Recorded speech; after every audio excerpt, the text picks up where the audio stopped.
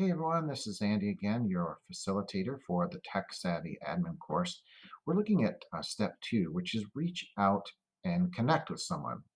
So this is the wakelet of resources, and I've kind of put together quite a few different resources, some of them directed at teachers, but I think they would translate well to administrators as well. The key here is really about social networks. I'm sure you're familiar, at least in name, with many of the social networks. Twitter, Facebook, Instagram may be some of the top ones that come to mind. But there is one that's professional use only, and that is called LinkedIn. So if there's one that you may want to check out if you haven't already, it's LinkedIn. LinkedIn is a social network that truly is for just professionals, and there really is no, picture sharing per se. It's not about sharing your family pictures or pictures of your dog or pictures of your vacation. It's really a place for you to start really kind of putting together, in a sense, an online resume. So it's a nice place if you're kind of uncomfortable with social networks, which we certainly can talk from step one about some of the issues with the internet today. This is probably your safest bet as far as a social network for a professional. Now, there are other social networks out there that I think are well worth looking at. Again, many social networks, you don't need an account to access a lot of the content there. For example, Twitter. I'm just going to open up an incognito window here.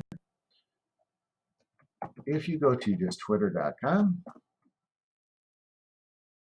you can, without being signed in, take a look at what's happening in the world. It will give you some of the trends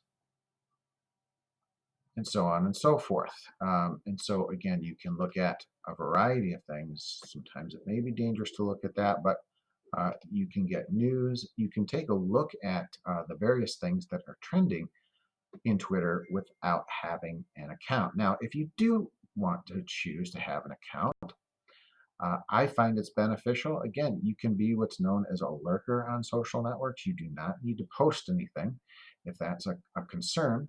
You can have a presence in Twitter. And if you go to this, there's a couple links as far as Twitter goes. So this one is from the Cult of Pedagogy. And if you haven't seen that, we'll be talking about that at a later tech savvy step. Jennifer Gonzalez's Cult of Pedagogy is awesome website, and it's got tons of great stuff from a podcast to a blog to videos and so on and so forth. But she does a really nice job of talking about Twitter and what you can do with it and some of the key things. If I were to give you an analogy that may be somewhat lame, but I think maybe does the trick, is really think of Twitter as a garden. And if you want to have a nice, healthy garden, you want to, cultivate it.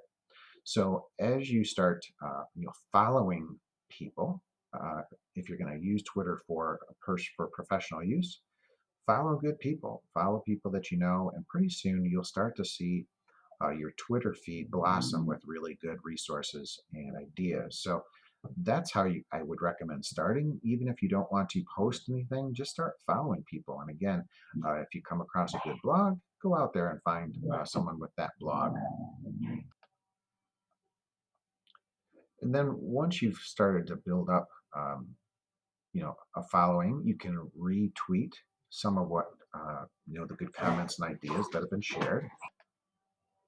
And before you know it, I think you'll like to start commenting on things. And once you start posting and commenting and putting quality links, it's kind of fun to see that people will actually start to follow you. And again, like a garden, make sure that people are following you. When you will get a notification that people are following you, so check their profile out, see who it is.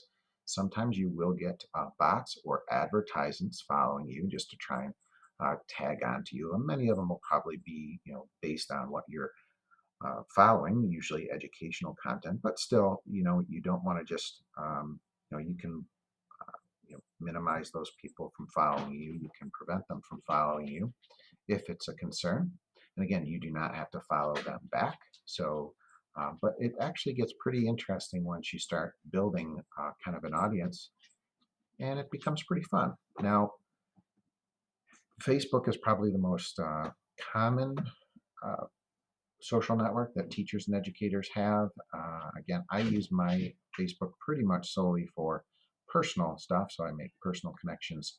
However, there's a lot of educational celebrities, for lack of a better term, edu celebrities as they're called, out there that do post on Facebook. So it's often good to follow them, and that way you'll have some interaction and even some connection with them, and you'll be able to maybe comment on some posts. So those are good. EduMatch is one.